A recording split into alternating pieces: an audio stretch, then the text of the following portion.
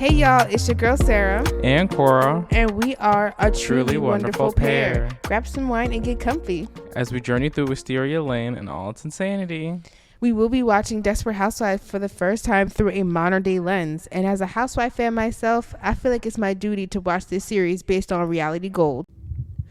To recap last week's episode, Mary Alice took her own life, Ted Scavo came home, Gabrielle slept with John, the teenage gardener, and mowed her own grass at night. Rex told Bree he wants a divorce while Bree acted as if nothing happened. Mary Alice's son and husband are up to no good while Susan burned Edie's house down. Now, on to the next episode titled, But Underneath. Okay, so our first commercial break, and wow. Our first scene is a voiceover of Mary Ellis. She is the narrator of her friends' lives at this point since she took her own life. And she talks about Gabrielle and her loveless marriage and how her husband is no longer meeting her needs. But then we pan over to her in the tub with the teenage gardener again. Disgusting. It's disgusting, yeah. This is very hard to watch, knowing he's a teenage gardener. And I'm sure this is the point of her storyline, which why that age. And I'm waiting for her comeuppance at this point. I think it just hasn't. I think it hasn't aged well. At all. I think it's a product of its time. It's definitely the trend of the, what is it, the December, what is it called, the December-May relationships where it's the older and the younger, but this time it was like the really inappropriate ones. But so he's what is it, her husband tries to come home, or her husband comes home early, and Gabrielle and John are trying to figure out a way out of the house, or at least trying to get John out of the house. But when Carlos comes in, he does notice John's truck outside, and obviously just in the nick of time, John is able to swoop in and save the day to make sure that Gabrielle's little secret isn't out just yet. And then we see him butt-ass naked because when Carlos was coming in the house, he didn't see John outside. And so you have him coming in the house. Then she had to push John out the window so that he wouldn't see them together. And so we only see the top half. He only was able to put his shirt on. So we only see his top half. And then his whole bottom half is out. I feel like that's classic, like 2000s sitcom trope of like, getting out at a perfect time, but just in the nick of time, maybe not all your clothes are there. Right. But, so after that, we get the title sequence. Definitely like interesting Renaissance painting inspired. Well, that's how it starts out. But then it goes into all the like stereotypical nuclear family tropes in American ideology. And then we get to the scene with the ladies at Susan's house to go over the letter that they found in Mary Alice's things. They're contemplating if they want to keep going with an investigation or just leave it alone because it might not be anything. So they decide to sleep on it for the night.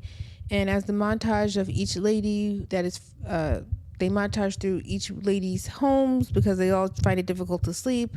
Then we land on Bree Vanderkamp's home where her husband is sleeping on the couch. Now she goes downstairs to plead to her husband to call off the divorce lawyers and try marriage counseling at first, which I feel like every relationship should try before they decide to call it quits. Go to some kind of counseling and I guess go get to the root of communication issues, because I feel like is 90% of couples' problems nowadays is they don't know how to properly communicate their issues. Right. And if you are able to sit down, even with a professional, to try and get your needs met by your partner, that's just, that's a plus. So she tries to plead to her husband so she can do just that, and they agreed to go to marriage counseling. Next, we see Susan in her home conveniently stalking Mike Delfino while he's walking his dog at night. Then her daughter comes downstairs, all in her business again, to try and push her to get her to ask Mike out because for some reason this little girl is all in her mother's business. Then we go to the scene with Gabrielle and her husband. He comes home late from a meeting conveniently, and she's not happy about it, obviously, but he wants to throw diamonds at her like a usual dude with money always does. But she doesn't accept, so she throws it right back at him. And in hopes to plead to his wife, Carlos is like, you've been acting weird for the past month. What's going on? Please talk to me. And she finally says, you need to wow me, take my breath away, surprise me, because you're not, i.e. how I took it, you're not being as romantic as you used to be, which I definitely know is hard for some men because they don't have that instinct to be romantic to someone that they love, because not enough of these parents are teaching these kids just to be romantic, even if it's platonic, like to express romance to someone you love. It doesn't mean it has to be a relationship. It could also mean a friendship or even towards your mother, just to, show that you care about them. And then we go to the next morning where Susan is going outside to take her trash out in her robe and bra, and then conveniently runs into Mike again walking his dog, and she feels that this is the perfect moment to ask him out on a date. Now instinctively he knows that she's not a good cook, so he offers to cook for them and invites her and her daughter over to his place. And so now Susan and Mike have a date at Mike's house. And then we pan over to Edie Britt's home all the way at the end of the cul-de-sac. And it's this destitute looking, burned down home. It's really sad. Her and Mrs. Huber, who she's currently staying with, are going through all her burned things. And conveniently, Mrs. Huber, with all her nosiness, finds Susan's measuring cup. And obviously asked Britt, oh, do you know anything about this? Da, da, da, da. She was like, well, I don't. It's not mine. I don't care about it. It's kind of like a throwaway thing. But Mrs. Huber, being that nosy neighbor, she can't let it go. So obviously she takes it and does her own digging. Now let's see what other kind of shenanigans that she's going to get into. And we're back from the commercial break. And the next scene is Bree and her husband at marriage counseling. Now, I forgot it was a Dr. Goldfine is the marriage counselor that they go see, and he is an expert in all things marriage, all types of different marriage issues, until he meets Bree Vanderkamp. So obviously her husband, I forget his name, but her husband, his name is Rex. Rex is able to open up about his feelings to the therapist, while Bree is just kind of glossing over everything and is only speaking in small talk, like, well, I would call it office talk, surface level conversations about your life that you never really go in depth about.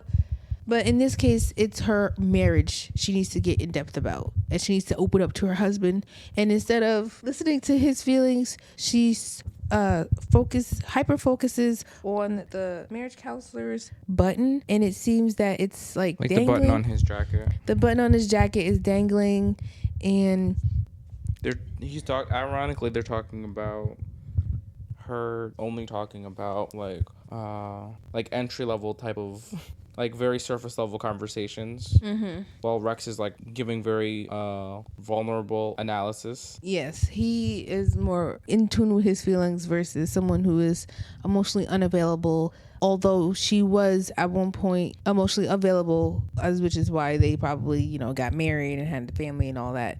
At some point she turned into this Desperate wife. So that's what I really want to know, is what was her turning point to turn from a regular cool Bree into this weird crazy emotionally turned off Bree. And so once the therapist understands where the point of contention is, Bree kind of like backs down to try and fix the button on the counselor to make sure she's in the right. Then we go to the next scene where Gabrielle is stalking the teenage gardener and waits for his parents to leave from his house so then they could hook up there, because obviously she could no longer hook up at her house since it's starting to get a little tricky doing it at her house, which I know this is gonna be interesting, because I'm really waiting for his parents to find out so that they'll call the police, because for sure she is going to jail for this. Yeah, she definitely, I feel like, should be by the end of the season, she should be on the sex offenders registry. Yes, some type of registry. So after their rendezvous, he gives her a rose, and that's when she realized that he's actually starting to fall for her. And him being this young and impressionable, falling for an older woman. I feel like a lot of men who have stories about losing their virginity at a young age by older women is also kind of predatory, and most of them don't understand how much they are a victim. So this is kind of like, I guess, watching it in real time of how others might have felt. But for others, it's not necessarily their perspective on it, because our society, our patriarchal society, uplifts what? Uplifts the disgusting? I don't know what I say. Like, uplifts the deplorable. I would like to say it. They uplift the deplorable. After that, we see Susan catching up with Mike after he goes to the grocery store for their dinner later that night. And then conveniently, Miss Edie Britt pulls up in her nice convertible, getting all flirty about, losing her home and getting her sympathy. And then reluctantly, Susan invites her to dinner. And so now she will be at the dinner tonight, just unknowingly. As she drives off, we see Mrs. Huber going around to each neighbor, collecting clothes for Edie. As the good Christian she is, she even said, even though she's trash, she still deserves to be treated like a human being. So now Edie's coming to dinner tonight, and obviously Susan's not happy about that, because it feels like Edie is infringing on her trying to be all cute and flirtatious, because Edie has been single longer in the neighborhood, so she has more experience being in the dating pool after marriage versus Susan, who just got over her divorce and her husband having an affair on her. So then after we see Mrs. Huber collecting clothes from Lynette, Mrs. Huber has to ask, "Oh, are you the one that just got pulled over by the cops?" Yeah, like apparently she saw that happening, which is weird, because I didn't even know it was on Wisteria Lane. I thought it was like on some random like empty road in the countryside. I didn't even know like that was within their own like gated community. Somehow she found out that Lynette got pulled over by the cops. It's actually really funny. Yes. And what she told the cop was, what happened was she got pulled over because her kids were unbelted themselves and they were acting all wild. Mm-hmm. And the kids themselves and the cop pulls her over. And he's like, they gotta be belted. And she's like, I'm trying. And he's about to, I think, write her up on a ticket. Mm-hmm. And she gets so mad by that, which is like, you really shouldn't get mad at that, because really. Yeah, kids, you need to keep your kids under control. I don't know if they are 10, but at a certain point, if they are so that rambunctious, they need at least a car seat or something to be strapped in, Right.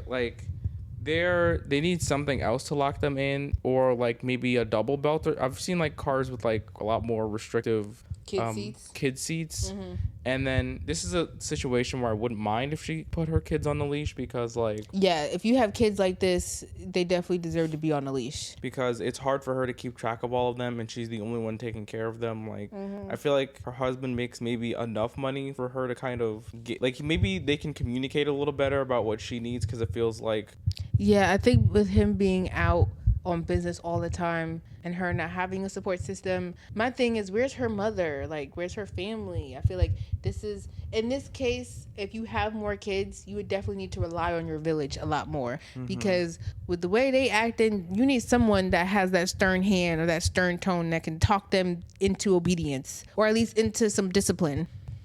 So then Mrs. Huber, gets all in her business about the accident, because of course, if she sees it, she's got to say something about it. But this is when Lynette finds the opportunity to kind of open up a little bit and is like, oh, this is so hard. I'm just one person. They're so rambunctious. I can't get them to sit down. So then conveniently, Mrs. Huber tells a story about how her mother dropped her off on the side of the road when she was acting up in the car as a young child, and then came immediately after to take her back. But obviously young Mrs. Huber learned her lesson. And my thing is, people who are childless should not be giving advice to the people who have children, because yes, it might seem like you're trying to help, but you're not really in their shoes. I would say more, instead of giving them advice, why don't you help out? Maybe pick up a spoon or help them with something that they need, versus trying to tell them what they should be doing, because that's not productive nor helpful. Right. That definitely, it feels like she was being a busybody, and her advice was horrible. She's like, oh, my mother once dropped me off on the side of the road, and then she came back, and I'm like, and then she says, oh, but I don't know about this because my mother's in a hospital now and her mind's gone. And I'm like, then why say something? Exactly. After all that, your mother is in the hospital. I mean, she is of old age at this point, but saying that at the end of your statement just makes your whole thing mute. And at this point, you need to be quiet and go about your day. Because if someone said that to me, I'd deck her in the face. Like, you're talking to me silly. You're telling me this random shit about... Like, why are you telling me this about your mom being in the hospital? Like, it's so off kilter, and it's like... Obviously, these white people are a little too comfortable with each other and what they tell each other. But as we pan over to Susan... walking up to Mrs. Huber after she's going neighbor to neighbor about the clothes that she is going to donate for Edie. We see her looking at the letter because she's the one that kept the letter that Mary Alice received. And in her mind, she instinctively go over to Mary's husband or Mary's widow to see how they're doing and to see if she can do any digging. And we see Mike unload what is it? Not unload, but loads up the truck with a mysterious trunk that he wrapped up in plastic and duct tape. Yeah, her husband, Frank, decides to... I think that I don't know what they're doing. They're just like... He seems to want to dump it. He I don't even know what he's doing with the trunk because... So he dug up this trunk from like the bottom of their pool, and like he had to go through the pipes to dig up this trunk. Like it was in the depths of their pool, and he wraps it up in plastic and tapes it up, and then tosses it in the mysterious lake, and somehow settles at the bottom of the lake. Now, one thing I know about things: if that trunk is heavy enough, it might sink. But we all know things float at some point, so it's definitely gonna come up ashore depending on the flow pattern of whatever body of water that he just threw that in. So keep an eye out. We might see that trunk come up later. After he drives away from throwing the trunk in the lake, then we see Susan close up, put the letter in a box, and looks like she's not going to address the letter until later, but we'll see. If she's being that nosy and if Mrs. Huber has anything to do with it, it will get addressed. Now back to the show. And we're back. And the first scene we see is Mrs. Huber going to Susan's house to pick up more clothes for Edie, of course. But her daughter answers, so she tries to go upstairs to get the clothes. But as Miss Edie does, she creeps her way into the house, digs into their grocery bags, and finds that Susan bought another measuring cup. So Miss Huber starts to take the... she bought another measuring cup, but she was, I think, generally trying to see like what other glass stuff she had. Like maybe she was trying to like compare if she had any, because I guess to see if there was like a pattern. Yeah, she's trying to see the pattern, or at least the correlation between Susan getting a new measuring cup and the same measuring cup she found in the burned house. Excuse me. So after she does her little investigation, she scurries away, and then the next scene is Bree at her marriage counseling appointment. Rex couldn't make it, so he made the appointment just for Bree. And while obviously the therapist is trying to talk to her, she's still super hyper focused on that button. And as she walks away, she couldn't let it go, so she comes back so she can fix her button. And then Dr. Goldfine finds out that while she does this housework, she's able to open up about her feelings and how she feels not only about being a mother, but her role as a wife as well. And she basically opens up about her kids not being grateful for her contributions to, or her sacrifices for being a mother, which obviously all moms have made a great sacrifice.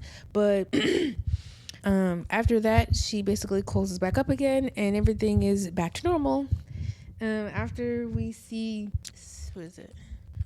And then we also get a scene with Susan and Gabrielle. They go shopping, and they discuss Edie's intervention, or would it be intervention? Edie intervening into her new romantic evening. And to the dinner that she set up for Mike, like the fake dinner she set up earlier in the episode. Yeah. So they talk about that, and then obviously Susan peeps the rose that Gabrielle kept for some reason. I don't know why she kept that. Her keeping that is obviously her accepting his feelings for her, and he is a child. Yeah, John giving Gabrielle the rose felt really disgusting, and then she kept it, which is pretty funny. But but him giving that to her was weird, and then Susan seeing it and being like, "Oh, hey, where'd you get that from?" Because it was the only colored flower in her banquet in her house, like by the front stairs. Yeah. it's inappropriate for not only to keep that present from him, but also keep something from an affair you're having. Like, this isn't you're still cheating on your husband actively. Then what do we get to? Then we get to Lynette and her rambunctious children once again. They still can't keep their butts in their seats, which my thing is, if you're having these problems with your kids, you need to see professional help. Maybe they need some medication or some Ritalin or something, because if they are not able to stay still like that, in the way of like, if you try discipline and you tried everything, or you feel like you tried everything, then there's obviously other things that are beyond your control that these kids might need. Right. While she's driving and unable to keep her children under control, she thinks of what Miss Huber told her and decides to leave her children on the side of the road for only a minute. And obviously when she comes back, they're gone. And even when Miss Huber said that, I think when Miss Huber was talking, she meant like a really desolate area, like a desert, which would make a little bit more sense, because they can't go anywhere in a like, you can go off, like if you had an off-road car or something. Yeah, or like an off-road area. Right, they would make more sense. But like, she left them in a completely separate suburban area, which is funny because it's like, they could get lost in someone's backyard and get into some shenanigans. You have no idea. And also, while she's trying to look for these little three rascals, she left the newborn in the car. So this lady literally needs all the help she can get, and I don't understand why she's not relying on a village to help her out, because it really takes a village to raise them three demon children. Or like, if she's raising the kids, like, why can't her husband, if he's working like this much, why can't he try to help give her the tools she needs to deal with this kind of thing? That too. He just literally, as he came in, wants to impregnate her and leave, and then leave her to do all the womanly things. But I feel like marrying her, he should have known she's more of a career-driven woman, but she allowed to be the stay-at-home mom, and now she's got to deal with being the stay-at-home mom. All right, let's get back to the show. Okay, and our next scene. So we open up with Lynette talking to this woman who ended up taking her kids in, because Lynette ended up stopping in front of someone's house instead of, as we talked before, like on the side of the road, off-road somewhere where no one really can see them, and they're kind of just stuck there, so that if she did come back, they'll be right there.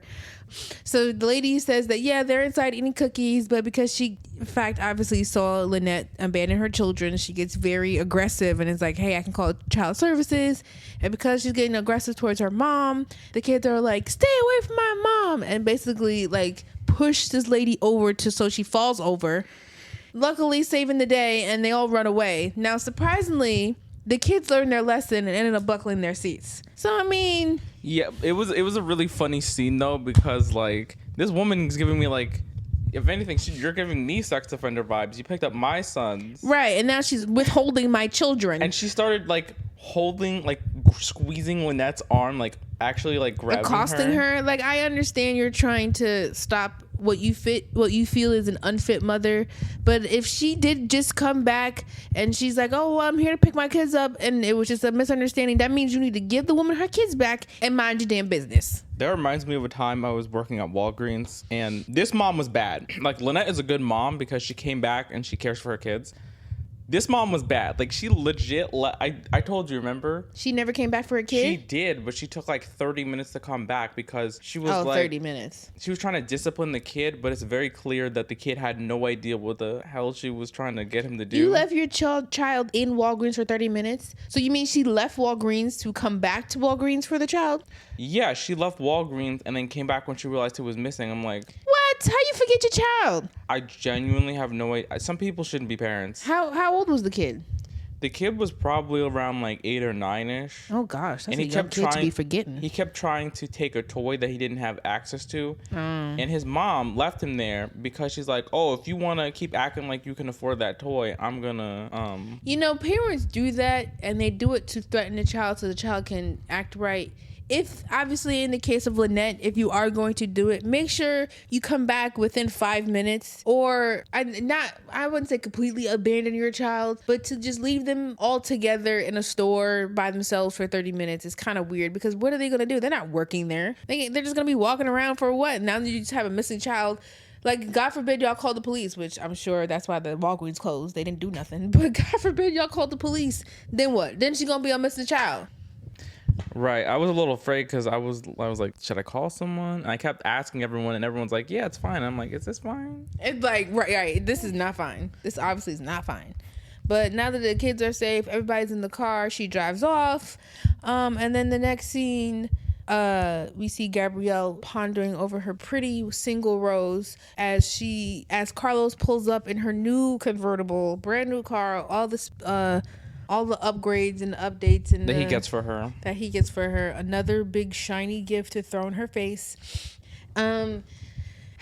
And obviously nothing has changed, even though he asked her, did it take her breath away? She never answers, which clearly the answer is no, because you just threw a big shiny present in my face again. But it's also Gabrielle's fault for not being more open and honest about, no, I don't want a big nice car. I want you to be more romantic in the way of making me feel like you want me. Yeah, and then it's just him kind of buying it. Kind of feels like he's pressuring her into, like, him constantly pressuring her into sex feels so weird, because it's like, what do you offer if it's not like stability and like a job? And speaking of relationships, we see Susan walk up in her pretty skirt to the dinner party, trying to get there early before Edie. But she definitely didn't get there early enough, because Edie was there all day. And I'm trying to think, Edie was in Mike's apartment for maybe like close to an hour or so. She could have been there all day getting ready, because she was like, oh, I'm here setting up, and they're like, oh no, we got it under control. So clearly she's been there all day. So Susan, Julie, and Edie Mike are all eating at his place, and not even barring the fact that Edie just is so, I guess, needs to like really have him to not really have him. Like, I don't know why she wants to like take her claim in this guy for the dinner, when it's like they start kind of going back and forth. Start having like these little intimate fights and these like crazy moments of like trying to see who's better at I guess being a better woman, which is so funny, because it's like, why am I trying to fight for being a better woman for this one dude when there's like probably a hotter dude out there that will like me for me? And that's really funny too, because if like because I have a hard time processing people in like certain social contexts. So like, if it wasn't for the narration and me as an audience member, I would totally miss a lot of what Edie was doing there. And ironically, I probably would have just kept smiling. Like, it takes like a type of pettiness to keep going back and forth, but it's like yes, a level of pettiness, especially this type of back and forth, to the point where in the dinner Susan put some of the gravy on her hand and behind her ear, and then the dog literally like licks her ear, like licks the back of her ear so much that he eats the earring. Like, what are we doing here, ladies? And he chokes on the earring, and now he's got to go to a vet. So that's, I guess, one score for Edie, because once he's running away with the dog, Edie's like, oh, I'll stay here and clean up. So yeah, it seems like Edie 1, Susan 0. Even though there's no score really keeping, this show is telling us Edie 1, Susan 0. I thought it was Edie 2 because she arrived at the house early. Oh, my bad. Edie 2, Susan 0. Damn, girl, get up. After that, we see Bree and Rex back at marriage counseling. Rex going on and on about how this is all Bree's fault because she's not being a wife. He's being a real dickhead, though. He's kind of being a dick, and I understand his frustration with, Bree not being open in that sense. But obviously from their previous session, Dr. Goldfine understands that Bree feels like she's not appreciated enough for her efforts in trying to be a good mom or a good housewife. So Mr. Goldfine kind of throws it back at Rex and is like, well, have you ever said thank you? Have you ever shown appreciation? Have you ever done things to show that Bree is appreciated about the things that she's doing? I understand if you might not want these things to be done, but she is doing them out of the kindness of her heart because she's your wife. So have you ever shown any appreciation for what she's done, or is it all about you? And that also like makes me think that like maybe she became like this because she was chasing validation like halfway into their relationship, because maybe she tries to be a Stepford wife because she's like, maybe if I do this good enough, maybe if we do this good enough, he'll say this about me, he'll be good in this way, he'll be appreciative. And the more she did it, like the more he was like not liking it for some reason. Yeah, exactly. So this could be a point of contention, or a turning point in their marriage at some point where she wasn't feeling validated enough, where she just kept going at her work because she knows that at least some validation in finishing this task. We end we end with Mike taking the dog to the vet, and now we only have a few more minutes left of the show, so see you after the break. Ooh. Okay, so this only being the last few minutes of the show, we meet Mike at the vet. Luckily, the dog Bongo doesn't need any surgery, but they're able to retrieve her earring, which Susan definitely doesn't want, because I'd definitely be covered in poop at this point. But yeah, I would just throw that out. That's not good to anyone. No, and she could just buy a new pair anyway. We also find out that Mike is a widow, and he's still getting over the death of his wife, because it's not his dog really, it's his wife's dog. But I mean, if you're married, wouldn't it be your dog too, because you live with a dog? So I mean, to say it's your wife's dog is kind of weird, but that just feels like that doesn't feel like really, I don't know, that just doesn't feel consistent. It's like you said again, like it's my wife's dog, but like that'd be different if it's like, oh, my sister's dog, right? So, but I understand the connection he has for the dog, that he wants to make sure the dog is okay because of that. So the dog does end up being okay, and then we pan over to Edie cleaning up at his house, and then while Mary Ellis is narrating on everything that just happened, we see Edie go into a cabinet. Now, she doesn't go into the other side of the cabinet, she only goes into one side, but we do see the camera panning over to the other side of the cabinet that is stashed with money, a gun, and a list of all the people on Wisteria Lane and notes on them. Like, yeah, like a detective's like board with like the brown stucco and like the like rubber bands and like what was it? All the rubber with the string and the push pins, so like making all the connections. He literally has Wisteria Lane mapped out, and each person where they live, specifically Susan and Julia, or where they live. So even though Susan might think, okay, he's still grieving over his wife, he's not ready to move on yet, he looks like he's trying to seek her out specifically, and we don't know why yet. I don't think, because now that you think about it, the wife's dog thing, that kind of starts to make you question how much of his story is holding up here. Exactly. So Mike Delfino is not out of the red just yet. Still very suspicious, sir. Very, especially with the fact that he has like money in his like cabinet or whatever, in like a separate room with like a gun. Like, what the hell? Well, that episode was insane. Just can't wait for what else this show has to offer. Until next week, y'all. Bye. Bye.